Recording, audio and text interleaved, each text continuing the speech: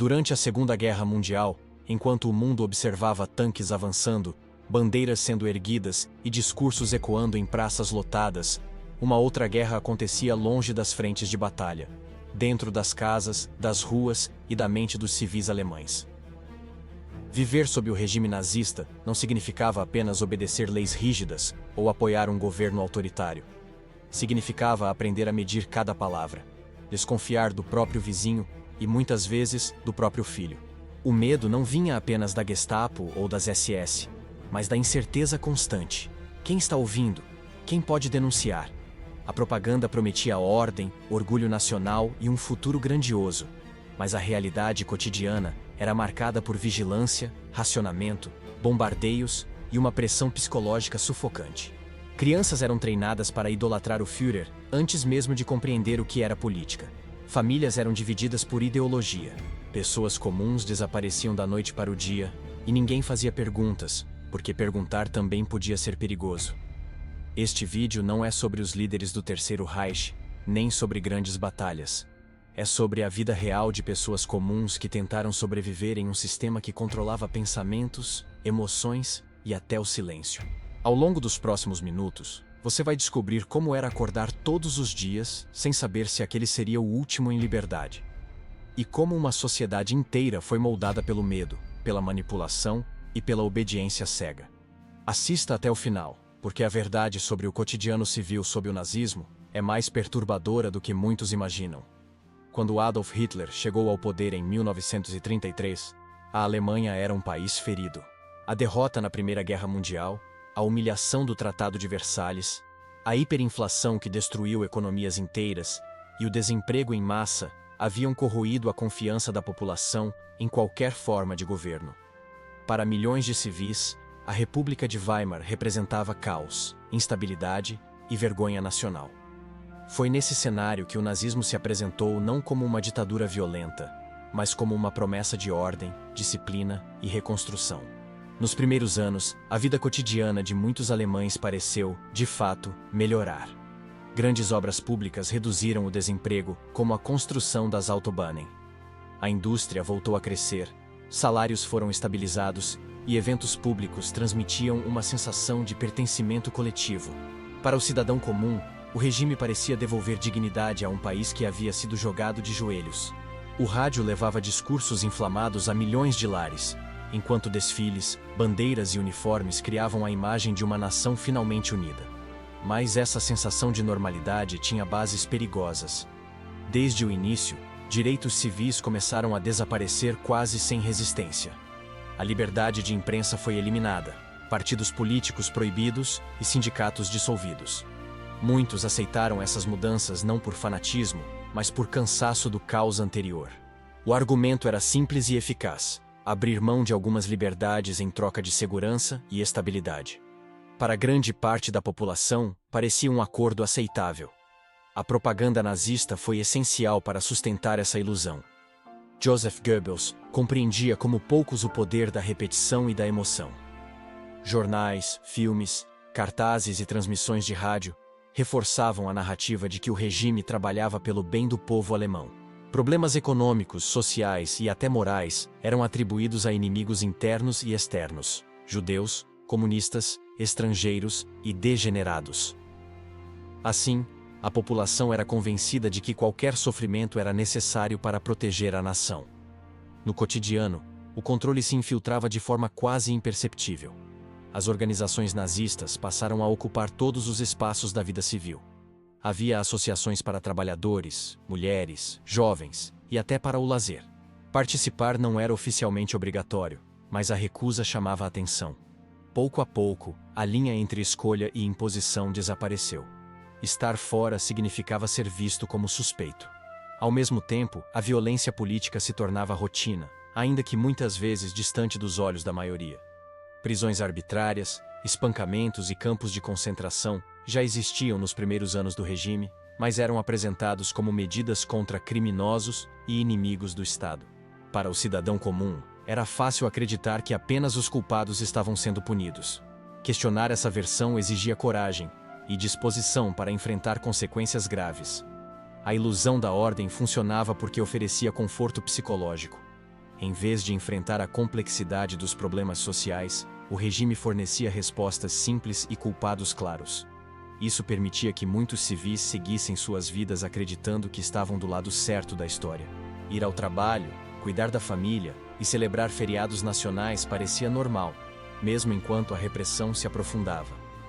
Com o passar do tempo, porém, o preço dessa estabilidade começou a ficar evidente. A obediência deixou de ser apenas política e passou a ser moral. Não bastava cumprir leis, era esperado concordar, denunciar, participar. A ordem prometida pelo regime não era neutra, ela exigia conformidade total. Quem não se encaixava, por origem, pensamento ou comportamento, passava a viver à margem, mesmo antes da perseguição aberta. Assim, a vida civil sob o nazismo começou não com tanques nas ruas, mas com aplausos em praças lotadas. A tragédia não surgiu de forma abrupta. Ela foi construída aos poucos, normalizada dia após dia.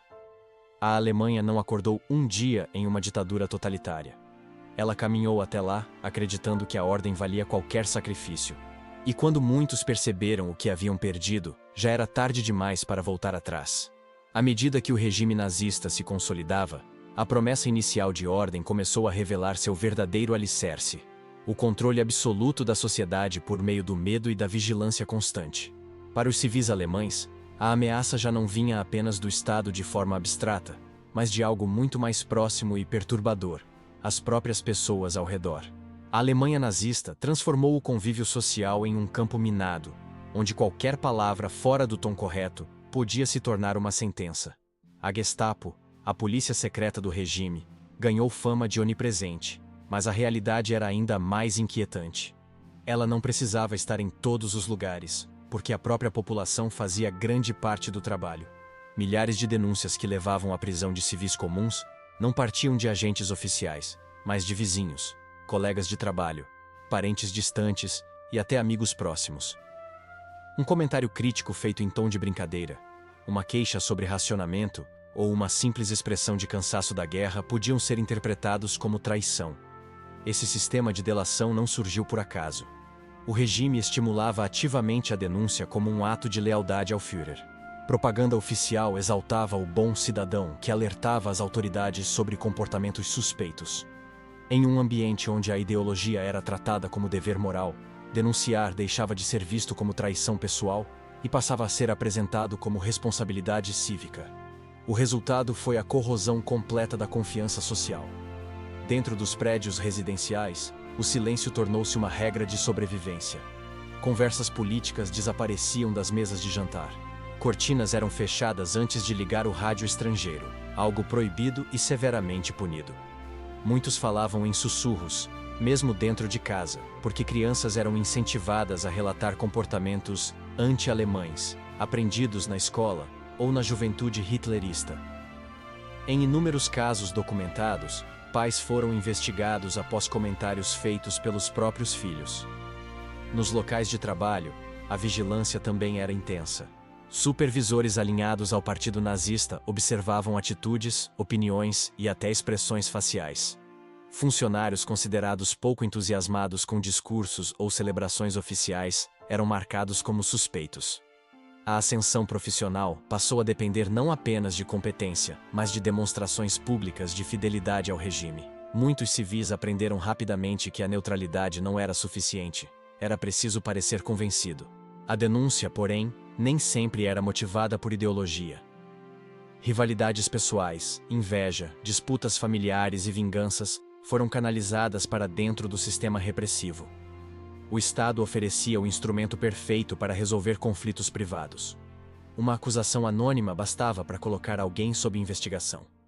Mesmo quando não resultava em prisão imediata, o simples fato de ser observado pela Gestapo já destruía reputações e espalhava o medo. As consequências dessas denúncias eram severas. Interrogatórios podiam durar horas ou dias, muitas vezes acompanhados de violência psicológica e física. Prisões administrativas permitiam que alguém fosse detido sem julgamento formal. Campos de concentração, nos primeiros anos, abrigavam não apenas opositores políticos declarados, mas também pessoas acusadas de comentários críticos, derrotismo ou comportamento considerado desviante. Para os civis, a linha entre cidadão comum e inimigo do Estado era assustadoramente tênue. O mais eficaz nesse sistema não era apenas a punição, mas a incerteza. Ninguém sabia exatamente onde estava o limite do aceitável. As leis eram vagas, propositalmente abertas a interpretações. Isso obrigava os civis a se autocensurarem constantemente. O medo não precisava ser renovado todos os dias com prisões públicas, ele já estava internalizado. Cada pessoa se tornava vigilante de si mesma. Com o avanço da guerra, essa atmosfera se intensificou. À medida que derrotas militares começaram a ocorrer, o regime endureceu ainda mais o controle sobre o discurso interno. Reclamar da falta de comida, questionar decisões estratégicas ou demonstrar pessimismo passou a ser classificado como derrotismo, um crime grave. O Estado precisava manter a aparência de unidade absoluta, e qualquer fissura era tratada como ameaça. Assim, a vida civil sob o nazismo se transformou em uma experiência de isolamento emocional profundo. Mesmo cercadas de pessoas, muitas viviam em solidão psicológica. Confiar em alguém tornava-se um risco. Amizades antigas esfriavam, reuniões familiares ficavam tensas e o convívio social se tornava superficial. O regime havia conseguido algo ainda mais poderoso do que a repressão armada. Havia ensinado a população a se vigiar mutuamente. Quando se observa esse período, fica claro que o terror nazista não dependia apenas de soldados nas ruas ou prisões cheias. Ele se sustentava no medo cotidiano, na suspeita constante e na transformação de cidadãos comuns em peças de um mecanismo repressivo. Sob o Terceiro Reich, o maior perigo para um civil muitas vezes não vinha de um agente do Estado, mas da pessoa que morava ao lado. Sob o regime nazista, a formação das crianças deixou de ser apenas uma responsabilidade das famílias e passou a ser uma missão estratégica do Estado. Hitler e seus principais líderes acreditavam que o futuro do Terceiro Reich dependia menos dos adultos, já moldados por experiências anteriores, e muito mais da juventude. Por isso, a infância alemã foi transformada em um campo de doutrinação sistemática, onde brincar, aprender e crescer passaram a servir a um único propósito: criar cidadãos absolutamente leais ao regime. Desde os primeiros anos escolares, o conteúdo das aulas foi profundamente alterado. Livros didáticos foram reescritos para exaltar a supremacia da raça ariana, glorificar a história germânica e reforçar o culto ao Führer. A matemática ensinava cálculos com exemplos ligados a armamentos e estatísticas raciais. A biologia deixava de ser ciência e se tornava ferramenta ideológica, apresentando teorias pseudocientíficas sobre eugenia e pureza racial. Professores que resistiam a essas mudanças eram afastados, denunciados ou pressionados a se alinhar ao partido nazista. Mas a sala de aula era apenas o início. Fora dela, o regime criou uma das mais eficientes máquinas de doutrinação juvenil da história: a juventude hitlerista. A partir de 1936, a participação tornou-se obrigatória para praticamente todas as crianças e adolescentes alemães. Meninos eram preparados para a guerra, submetidos a treinamentos físicos exaustivos, marchas, exercícios militares e discursos sobre honra, sacrifício e obediência. Meninas, por sua vez, eram instruídas a se tornarem futuras mães do Reich, enfatizando disciplina doméstica, saúde física e submissão ao ideal nazista. Essas organizações não apenas ocupavam o tempo livre das crianças, mas substituíam progressivamente a influência da família. Os encontros eram frequentes, envolventes e cuidadosamente planejados para criar laços emocionais profundos com o grupo e com o Führer. Cantarinos, vestir uniformes e participar de grandes eventos coletivos geravam um forte senso de pertencimento. Para muitas crianças, aquilo parecia empolgante, quase festivo, e exatamente por isso, extremamente eficaz. O impacto dentro dos lares foi devastador. Pais que não compartilhavam da ideologia nazista viam sua autoridade ser minada. Crianças eram incentivadas a corrigir, confrontar e até denunciar comportamentos considerados anti-alemães. Há inúmeros registros de jovens que relataram comentários críticos feitos pelos próprios pais, acreditando estar cumprindo um dever patriótico. O Estado havia conseguido penetrar no espaço mais íntimo da sociedade, a relação entre pais e filhos. A pressão para a conformidade também atingia aqueles que, por algum motivo, não se encaixavam. crianças judias foram progressivamente excluídas das escolas públicas, humilhadas por colegas e professores, e privadas de qualquer sensação de normalidade. Outras, consideradas fisicamente ou mentalmente inadequadas, eram alvo de estigmatização constante. Em muitos casos, essas crianças acabaram vítimas de programas de esterilização forçada ou assassinato, sob a justificativa de higiene racial. Com o avanço da guerra, a linha entre infância e combate praticamente desapareceu. Adolescentes da juventude hitlerista passaram a ser utilizados em tarefas militares, como defesa antiaérea, transporte de mensagens e, nos últimos anos do conflito, até no combate direto. Meninos de 14 ou 15 anos foram enviados para enfrentar tropas aliadas, armados com treinamento mínimo e uma ideologia que exaltava o sacrifício até a morte. Para muitos, a infância terminou de forma brutal e precoce.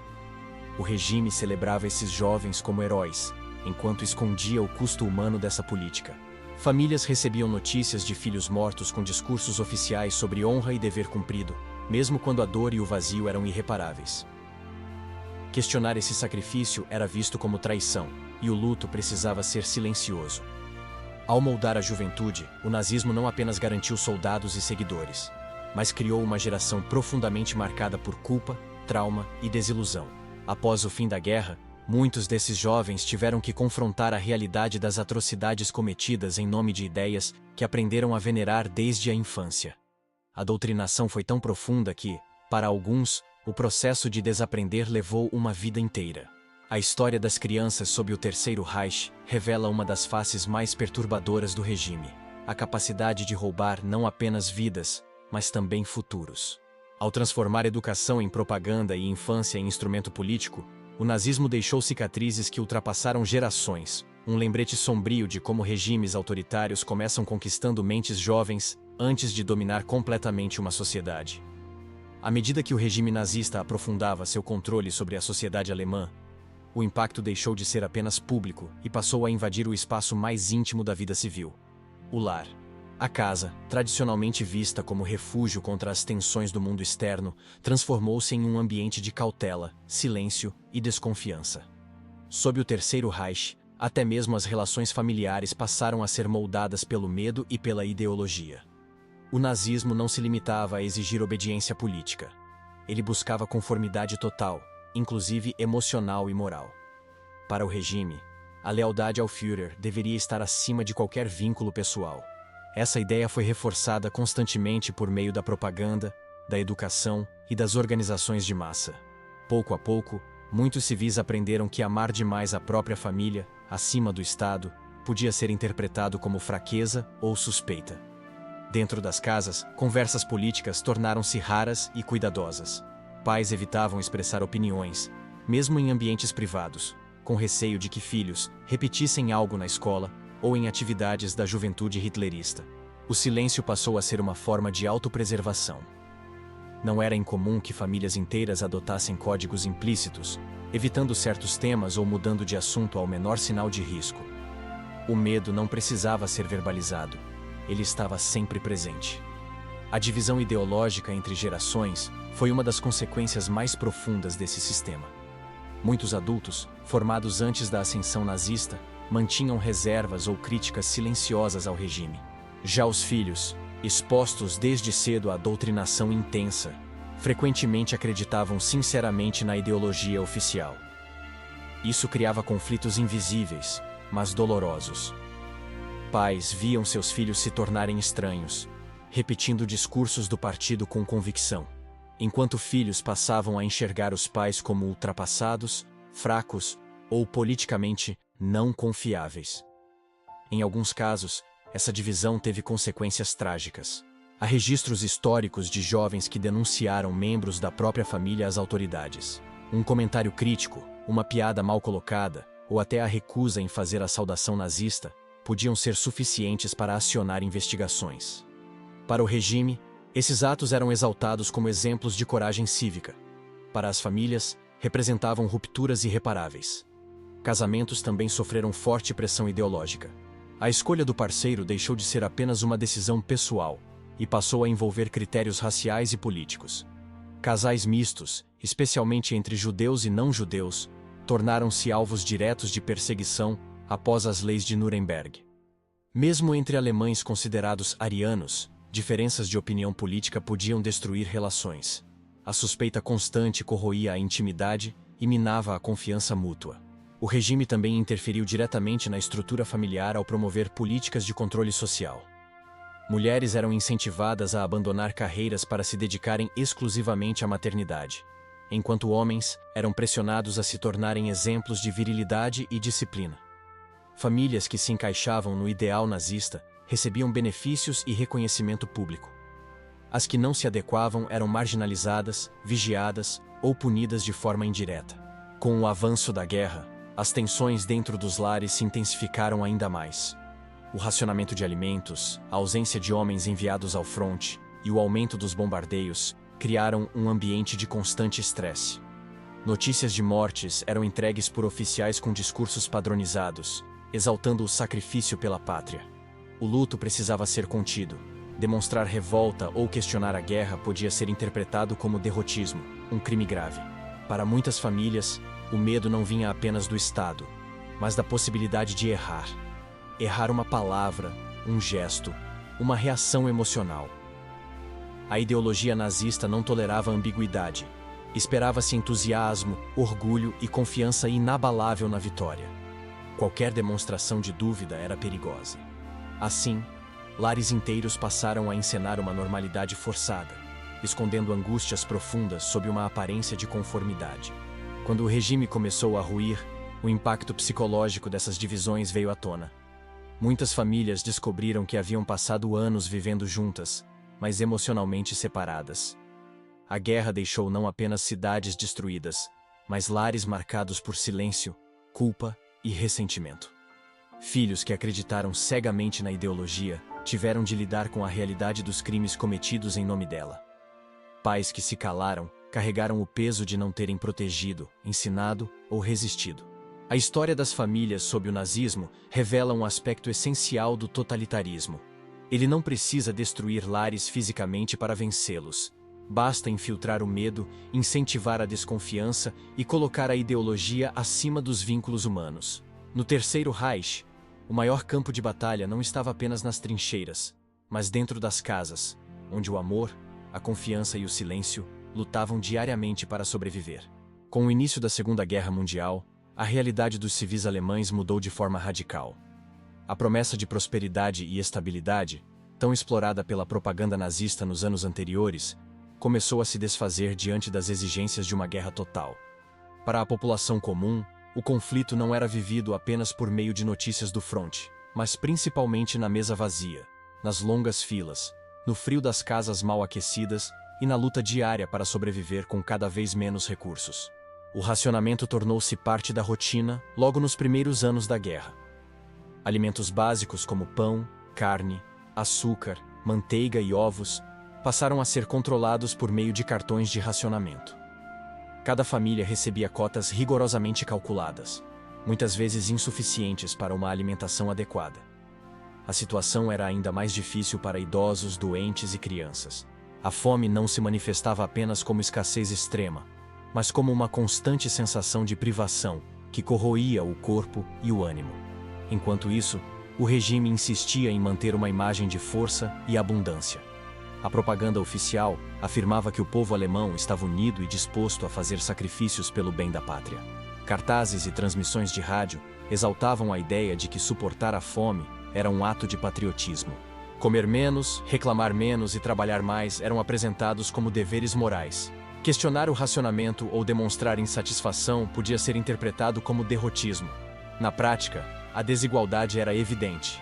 Membros do Partido Nazista, oficiais do regime e pessoas com boas conexões frequentemente tinham acesso a alimentos melhores e em maior quantidade.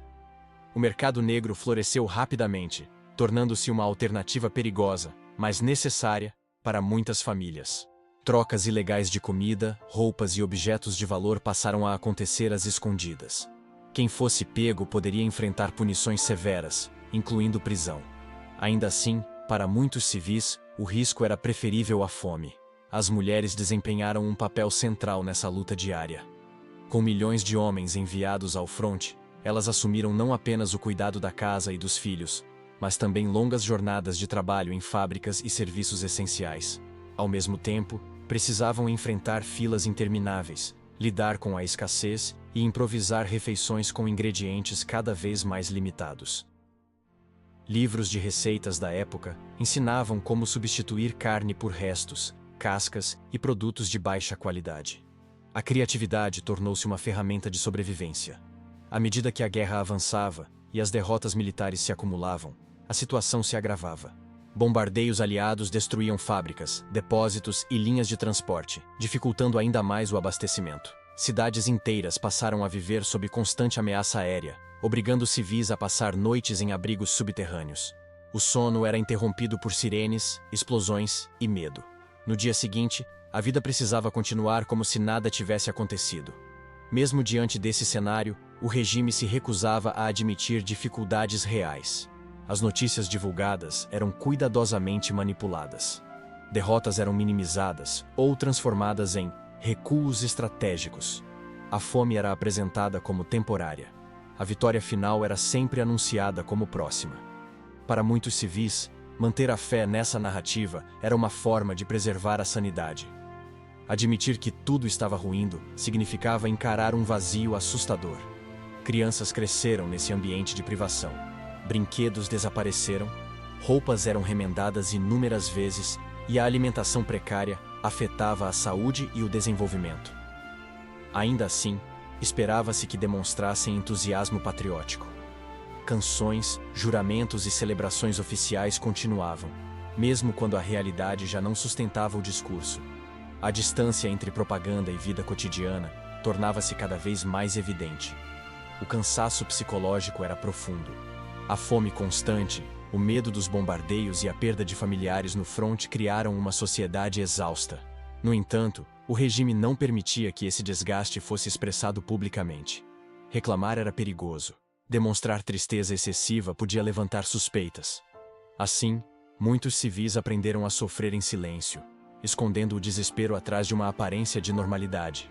Quando a guerra se aproximou do fim, o colapso do abastecimento foi quase total em várias regiões. Pessoas reviravam escombros em busca de qualquer coisa comestível.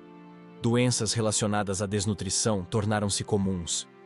A imagem de um povo forte e invencível, tão promovida pelo nazismo, contrastava brutalmente com a realidade de uma população faminta e traumatizada. A experiência do racionamento e da fome deixou marcas profundas na memória coletiva alemã. Para os civis, a guerra não foi apenas uma sequência de batalhas distantes, mas uma luta diária pela sobrevivência, travada dentro de cozinhas vazias e sob céus em chamas. Esse cotidiano revelou o verdadeiro custo humano de um regime que prometeu grandeza, mas entregou escassez, medo e sofrimento em escala massiva. Antes que os campos de extermínio se tornassem o símbolo máximo do horror nazista, a perseguição começou de forma gradual, cotidiana e profundamente calculada. Para judeus, pessoas com deficiência, ciganos, homossexuais e outras minorias, a vida civil sob o Terceiro Reich foi marcada por um processo lento e sistemático de exclusão, humilhação e apagamento. Eles não desapareceram de um dia para o outro. Foram empurrados, passo a passo, para fora da sociedade. No caso dos judeus alemães, a transformação foi brutal justamente por sua progressão. Muitos eram cidadãos plenamente integrados, comerciantes, médicos, professores, veteranos da Primeira Guerra Mundial. Inicialmente, a perseguição parecia administrativa. Leis restringiam o acesso a cargos públicos, universidades e profissões específicas. Negócios judeus passaram a ser boicotados, com vitrines marcadas e clientes intimidados. O objetivo era claro: isolar economicamente antes de eliminar socialmente. As leis de Nuremberg, promulgadas em 1935, formalizaram essa exclusão. Judeus deixaram de ser considerados cidadãos alemães e passaram a ser classificados apenas como súditos do Estado. Casamentos e relações entre judeus e não-judeus foram proibidos. A partir desse momento, a segregação deixou de ser apenas prática e passou a ser legal.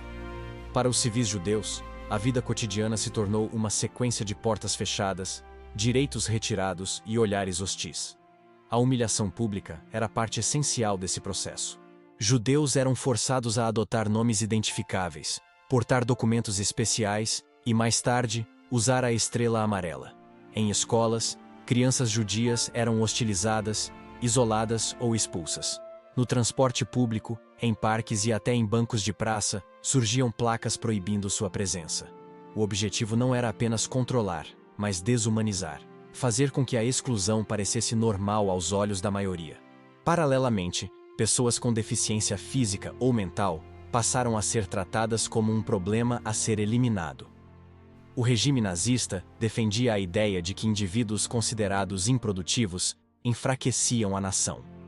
Essa lógica levou à implementação do programa conhecido como Action T4, que autorizava o assassinato sistemático de crianças e adultos com deficiências. Muitas famílias receberam cartas oficiais informando que seus filhos haviam morrido por causas naturais, quando na verdade tinham sido mortos em instituições médicas. O impacto psicológico sobre essas famílias foi devastador.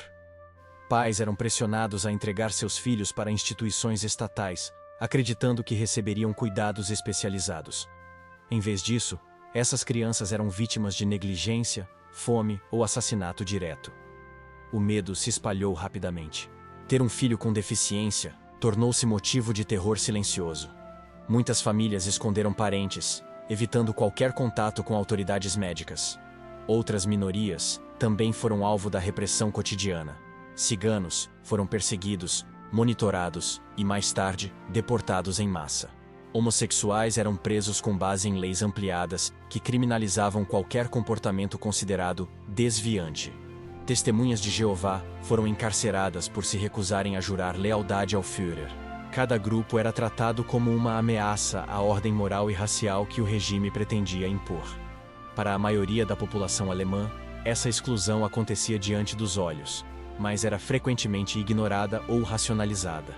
A propaganda apresentava essas medidas como necessárias para proteger a sociedade.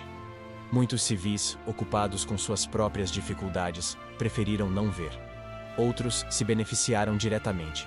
Apartamentos, lojas e empregos confiscados de judeus foram redistribuídos. Assim, a perseguição deixou de ser apenas ideológica e passou a ser material. A Kristallnacht, em novembro de 1938, marcou uma virada decisiva. Sinagogas foram incendiadas, lojas destruídas e milhares de judeus presos, enquanto a polícia observava sem intervir. A violência deixou de ser velada e tornou-se aberta.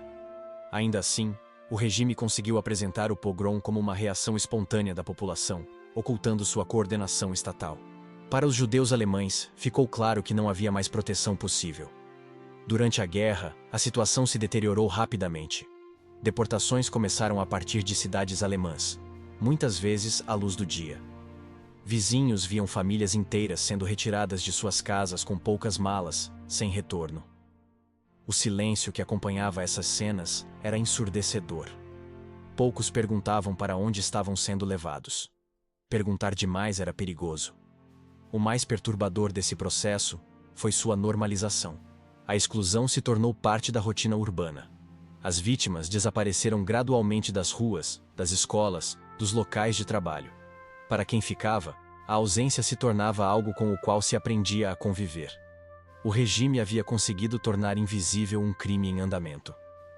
A experiência dessas minorias revela que o terror nazista não se baseava apenas em violência explícita, mas em um sistema que transformava discriminação em política de Estado e indiferença em cumplicidade. Antes de serem mortos, muitos foram apagados da vida social, tratados como se nunca tivessem pertencido àquele país. Ao observar esse capítulo da história, fica evidente que o Holocausto não começou nos campos, mas nas pequenas decisões do cotidiano. Uma lei aceita sem protesto, um vizinho ignorado, uma injustiça tolerada. Para os invisíveis do Terceiro Reich, a vida civil foi uma descida lenta e cruel rumo ao esquecimento, um lembrete de até onde uma sociedade pode ir quando a exclusão se torna normalidade. Com o avanço da Segunda Guerra Mundial, a guerra deixou de ser algo distante, travada em mapas e comunicados oficiais, e passou a cair literalmente do céu. A partir de 1942, os bombardeios aliados transformaram a vida dos civis alemães em uma rotina de terror permanente. Cidades inteiras passaram a viver sob a ameaça constante de sirenes, explosões e destruição em massa. A ideia de normalidade, cuidadosamente sustentada pelo regime nos anos anteriores, foi sendo esmagada a cada ataque aéreo. As sirenes antiaéreas tornaram-se um som familiar e temido. Bastava ouvi-las para que famílias corressem para abrigos subterrâneos, porões improvisados ou estações de metrô. Muitas vezes, os ataques aconteciam durante a noite, quando o cansaço já era extremo. Crianças eram acordadas às pressas, idosos carregados nos braços, e todos desciam escadas escuras com a sensação de que talvez não voltassem para casa. O medo não era apenas da morte, mas da incerteza. Ninguém sabia qual bairro seria atingido. Os bombardeios não faziam distinção entre alvos militares e áreas residenciais. Bairros inteiros eram reduzidos a escombros em poucas horas. Incêndios se espalhavam rapidamente, alimentados por construções antigas e materiais inflamáveis. Em cidades como Hamburgo, Colônia e Dresden, tempestades de fogo consumiram ruas inteiras, sufocando pessoas que buscavam abrigo. Civis morreram aos milhares, muitos sem nunca ter tido qualquer envolvimento direto com o regime ou com a guerra. Após cada ataque, começava outra batalha, a da sobrevivência em meio à destruição. Pessoas vasculhavam os escombros em busca de familiares, pertences ou qualquer coisa que pudesse ser reaproveitada. Corpos eram retirados das ruínas, muitas vezes empilhados temporariamente por falta de estrutura. O cheiro de fumaça e morte impregnava o ar. Para os que sobreviveram, o trauma psicológico era profundo e duradouro. O regime tentou mais uma vez controlar a narrativa. A propaganda apresentava os bombardeios como prova da barbárie inimiga e reforçava a necessidade de resistência total. Civis eram exaltados como heróis por suportarem os ataques sem perder a fé na vitória. Ao mesmo tempo, qualquer demonstração de pânico excessivo ou crítica à condução da guerra podia ser classificada como derrotismo. O sofrimento precisava ser suportado em silêncio e com aparente orgulho. Com a destruição das cidades, milhões de pessoas foram deslocadas. Famílias inteiras deixaram centros urbanos devastados e buscaram abrigo em áreas rurais ou cidades menores. Esse deslocamento forçado desestruturou comunidades e separou parentes por longos períodos. Crianças eram enviadas para o interior por meio de programas de evacuação, muitas vezes sem saber quando, ou se, voltariam a ver os pais. O rompimento dos laços familiares aumentava ainda mais o sentimento de desamparo. A infraestrutura básica entrou em colapso. Faltava água potável, eletricidade e aquecimento. Hospitais operavam no limite, lidando com feridos em massa e escassez de medicamentos. O racionamento, já severo, tornou-se ainda mais cruel. A vida cotidiana passou a ser uma sucessão de improvisos, perdas e tentativas de reconstrução. Ainda assim, o regime insistia em manter aparências, organizando eventos e discursos mesmo em cidades parcialmente destruídas. Para muitas pessoas, os bombardeios provocaram uma mudança silenciosa na percepção do regime. A fé cega na vitória começou a se desgastar. Embora poucos ousassem expressar isso abertamente, o contraste entre a propaganda otimista e a realidade em ruínas era impossível de ignorar. Cada casa destruída, cada criança morta, enfraquecia a narrativa oficial. Nos últimos anos da guerra, o terror aéreo tornou-se praticamente contínuo. Não havia tempo suficiente para reconstruir antes do próximo ataque. A exaustão física e emocional era total. Civis viviam em estado de alerta permanente, com o sistema nervoso sempre à beira do colapso. O sono era fragmentado, o medo constante e a esperança cada vez mais frágil. Quando as bombas finalmente cessaram, o que restava eram cidades devastadas e uma população profundamente traumatizada. Para os civis alemães, a guerra não foi apenas um conflito entre exércitos, mas uma experiência de destruição total que atingiu cada aspecto da vida. Os bombardeios não apenas mataram milhares, mas destruíram a sensação de segurança, pertencimento e continuidade. Esse capítulo da história revela como a guerra moderna transformou civis em alvos e lares em campos de batalha. Sob os céus em chamas, a normalidade prometida pelo regime foi pulverizada, deixando para trás apenas ruínas, físicas e psicológicas. Quando a guerra chegou às cidades, ficou claro que não havia mais como esconder o preço real daquele conflito. Quando o Terceiro Reich finalmente entrou em colapso, em 1945, não foi apenas um regime que caiu, foi toda uma realidade construída sobre propaganda, medo e ilusões cuidadosamente sustentadas. Para os civis alemães, o fim da guerra não trouxe alívio imediato, mas um choque profundo. As cidades estavam em ruínas, milhões de mortos não voltariam, e aquilo que antes era apresentado como um projeto grandioso, revelou-se uma catástrofe moral e humana sem precedentes. A chegada das tropas aliadas expôs uma Alemanha devastada. Civis famintos vagavam entre escombros, prédios destruídos e ruas irreconhecíveis. A infraestrutura havia colapsado, o abastecimento era precário e doenças se espalhavam com facilidade. Muitos sobreviviam trocando objetos pessoais por comida. O cotidiano era marcado pela incerteza absoluta. A sensação dominante não era de libertação, mas de desnorteamento total. O mundo conhecido havia desaparecido. Com o fim do regime, veio também o confronto com a verdade. Campos de concentração e extermínio foram libertados, e imagens de corpos empilhados, sobreviventes esqueléticos e instalações de morte começaram a circular. Para muitos civis, essa revelação foi devastadora. Alguns alegaram ignorância, outros perceberam que haviam preferido não saber. O discurso de que ninguém sabia entrou em conflito com anos de desaparecimentos, deportações e exclusões visíveis. O silêncio do passado passou a cobrar seu preço. A culpa coletiva tornou-se um tema inevitável. Nem todos haviam sido membros do Partido Nazista, nem todos cometeram crimes diretos. Ainda assim, muitos haviam participado do sistema de alguma forma, denunciando, se beneficiando da exclusão alheia ou simplesmente se adaptando para sobreviver. A linha entre vítima e cúmplice revelou-se dolorosamente tênue. Para muitos civis, aceitar essa ambiguidade foi um dos maiores desafios do pós-guerra. O processo de desnazificação imposto pelos aliados expôs feridas ainda abertas. Funcionários públicos, professores, juízes e policiais passaram por investigações. Retratos de Hitler desapareceram das paredes, símbolos nazistas foram proibidos e livros reescritos. Para uma população que havia vivido anos sob uma única narrativa, a reconstrução moral foi lenta e conflituosa. Era necessário reaprender a pensar, questionar e assumir responsabilidades. Dentro das famílias, o silêncio voltou a dominar, agora carregado de culpa e vergonha. Pais evitavam falar sobre o passado com os filhos. Muitos jovens, que haviam sido doutrinados desde a infância, precisaram reconstruir completamente sua visão de mundo. A desilusão foi profunda. Aquilo que lhes havia sido ensinado como honra e dever revelou-se ligado a crimes indescritíveis. O choque psicológico deixou marcas que atravessaram gerações. A derrota também trouxe a perda definitiva da ilusão de superioridade. A Alemanha não era invencível.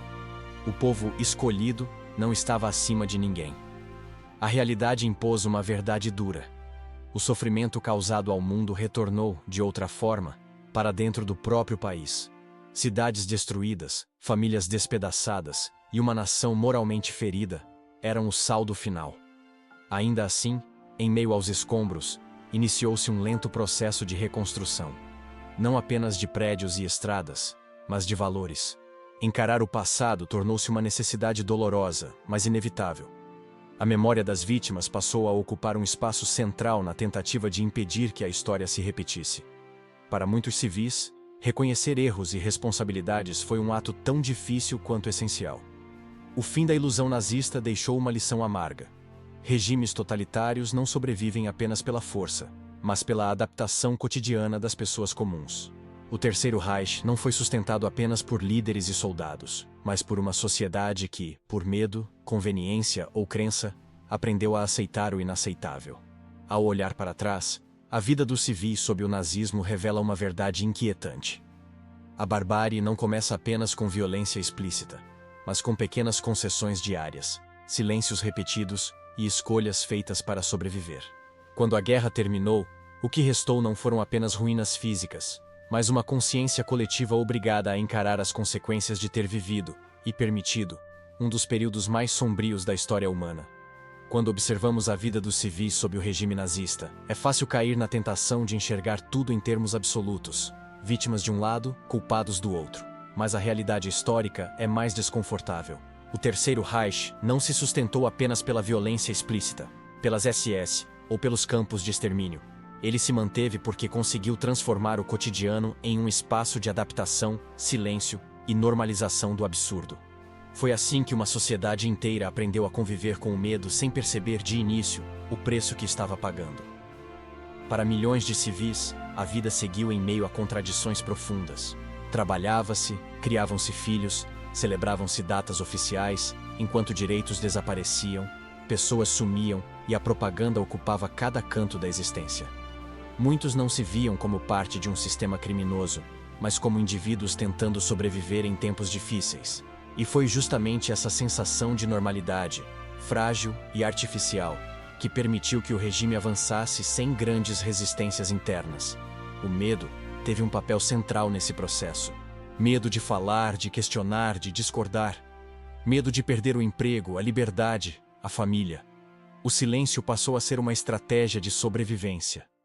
No entanto, esse silêncio teve consequências.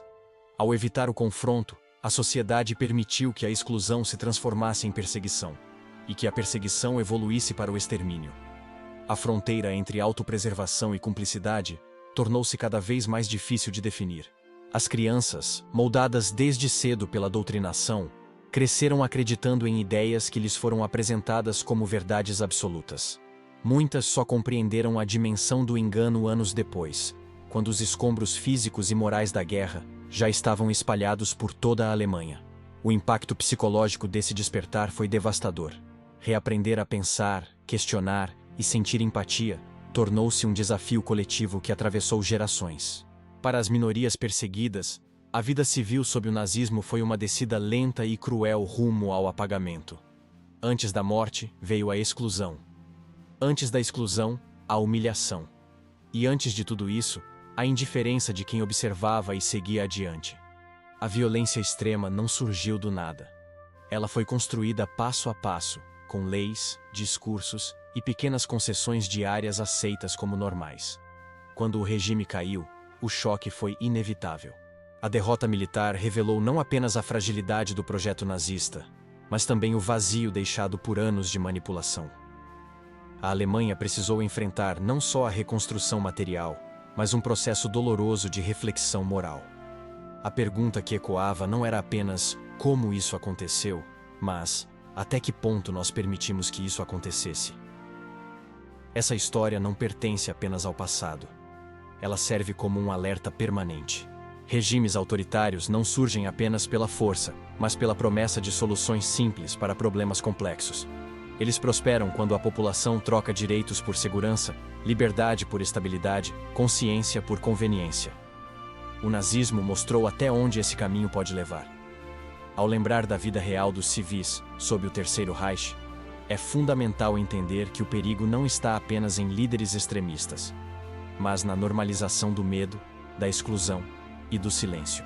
A história nos ensina que a perda da humanidade raramente acontece de forma abrupta. Ela se infiltra no cotidiano, disfarçada de ordem, tradição ou necessidade. Encerrar essa narrativa não significa apenas olhar para trás, mas refletir sobre o presente.